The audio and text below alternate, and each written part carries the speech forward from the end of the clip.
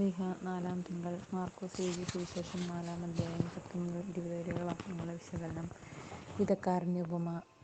സമാന്തര സുവിശേഷങ്ങളിലൊക്കെ നാം ഈ ഉപമ വായിക്കുന്നു. ദൈവരാജ്യത്തിൻ്റെ രഹസ്യങ്ങൾ നമ്മുടെ മുൻപിൽ അവതരിപ്പിക്കുകയാണ് യേശു. പക്ഷേ വ്യത്യസ്തമായ രീതിയിലാണ് അത് ശ്രോതാക്കൾ ഗ്രഹിക്കുന്നത്. ചിലർ വളരെ നിസ്സംഗതയോടെയും വേറെ ചിലർ വളരെ താല്പര്യപൂർവ്വം അത് ഏറ്റുവാങ്ങുന്നു. പ്രതികരണങ്ങളെ അടിസ്ഥാനമാക്കി 4 തരം മണ്ണായി നമ്മുടെ ഹൃദയങ്ങളെ ഈ ഉപമയിൽ തരംതിരിച്ചിരിക്കുന്നു. വഴി നടക്കുന്ന പാത, പാറയുള്ള നിലം, മുൾപ്പടർപ്പുകൾ നിറഞ്ഞ നിലം, നല്ല മണ്ണുള്ള നിലം. ഏത് സാഹചര്യത്തിൽ ജീവിക്കുന്നവരായാലും വചനം എല്ലാവരിലേക്കും ഒരുപോലെയാണ് വർഷിച്ചുകൊണ്ടിരിക്കുന്നത്. നല്ലവൻ്റെയും ശിഷ്ടൻ്റെയും മേൽ മഴയും വെയിലും ഒരുപോലെ വർഷിക്കുന്ന ദൈവത്തെ നാം ഇവിടെ കാണുന്നു. വിത്തുകൾ വളരാനും ഫലം കായ്ക്കാനും നല്ല മണ്ണ് ആവശ്യമായതുപോലെ ആത്മീയമായ വളർച്ചയ്ക്കും ഗ്രാഹ്യത്തിനും ശരിയായ സാഹചര്യങ്ങൾ വേണം.